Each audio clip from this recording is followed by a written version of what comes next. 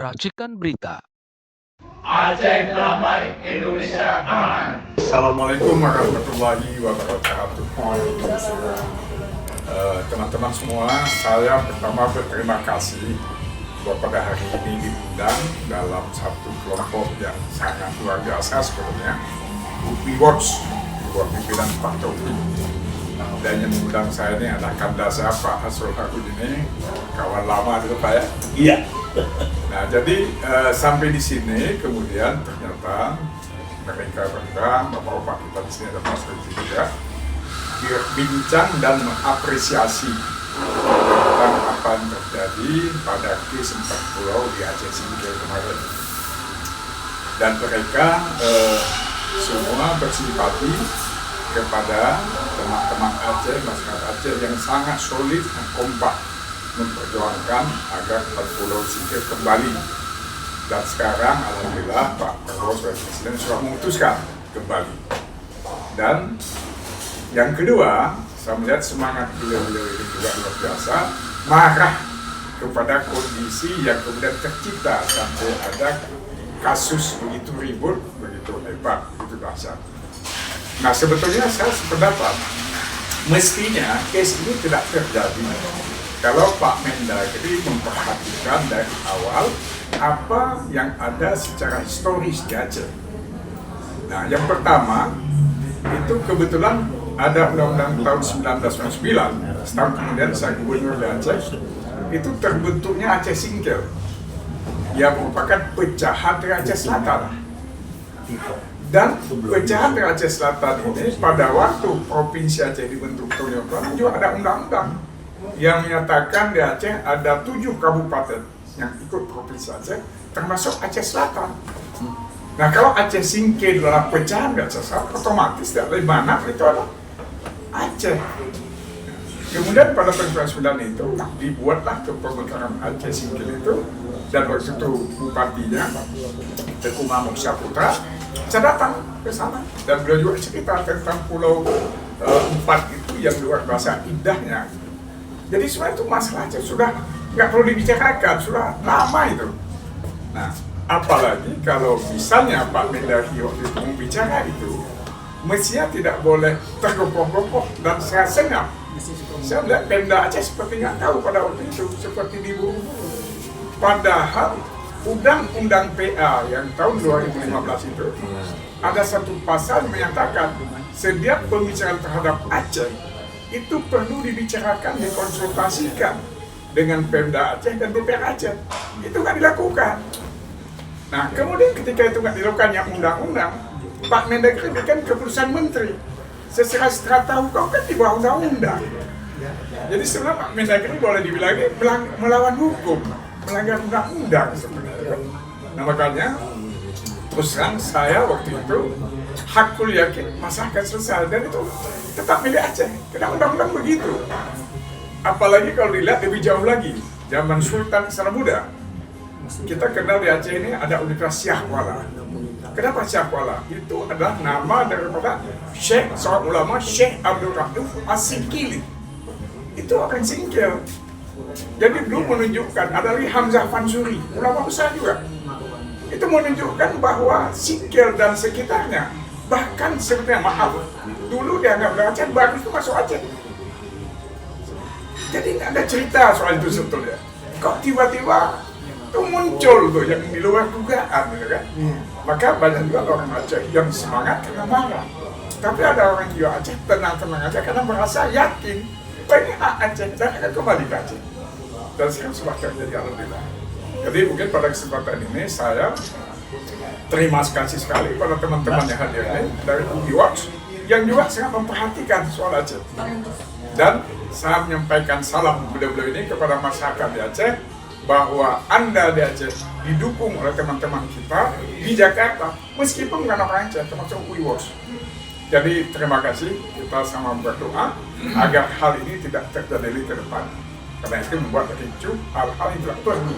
Jadi teman-teman sudah bicara semua, dan kalau kita lihat nuansanya adalah bersimpati kepada Aceh dan juga agak sedikit marah lah pada bapak-bapak kita yang membuat suasana gaduh ya. Masuk yang disebut tadi Pak Mendagri terus apa lagi ya.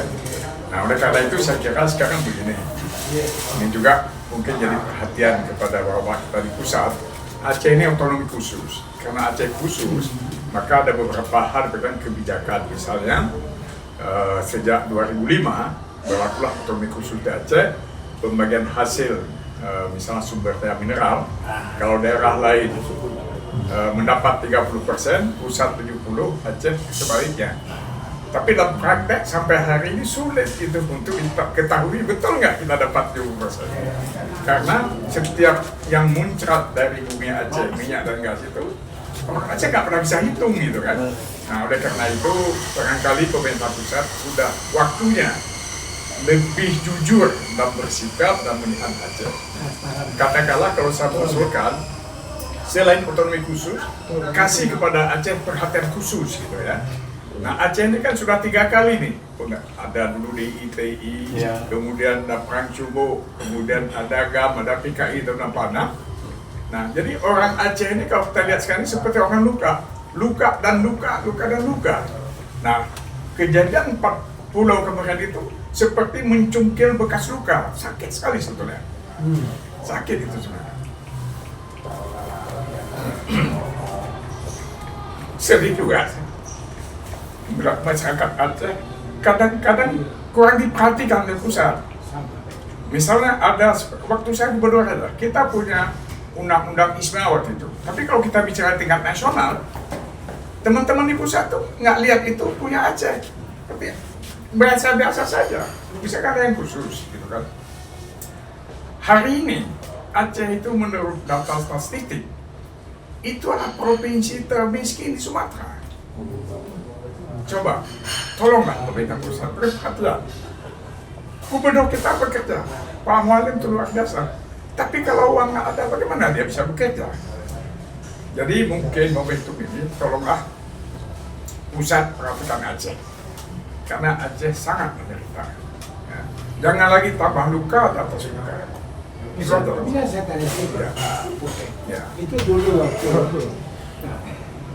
dulu undang-undang Aceh itu nomor 11 itu sedikit saja karena kita berusaha tidak banyak, namanya peraturan pemerintah seterusnya untuk menerjemahkan undang-undang berapa.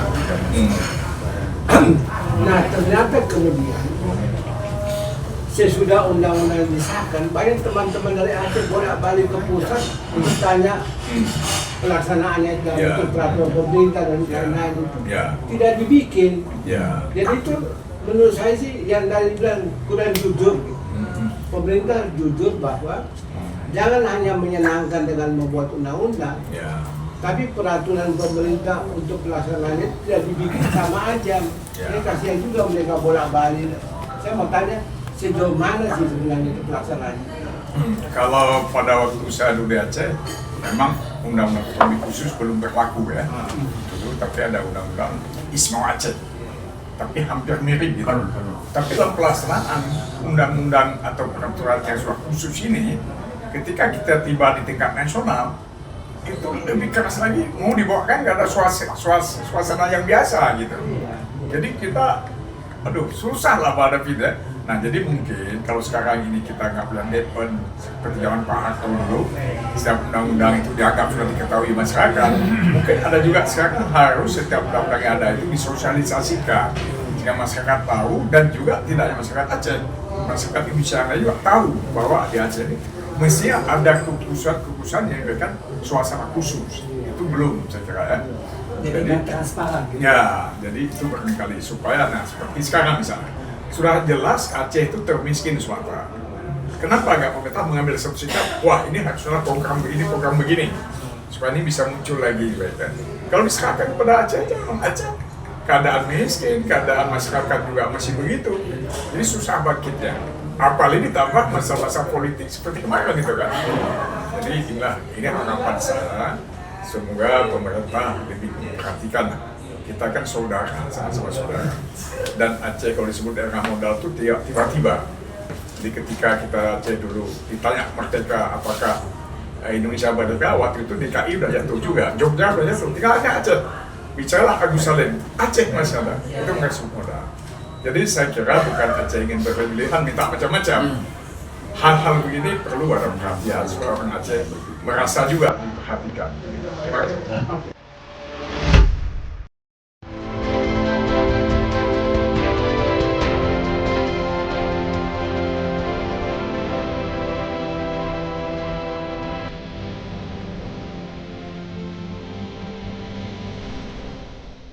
Racikan Berita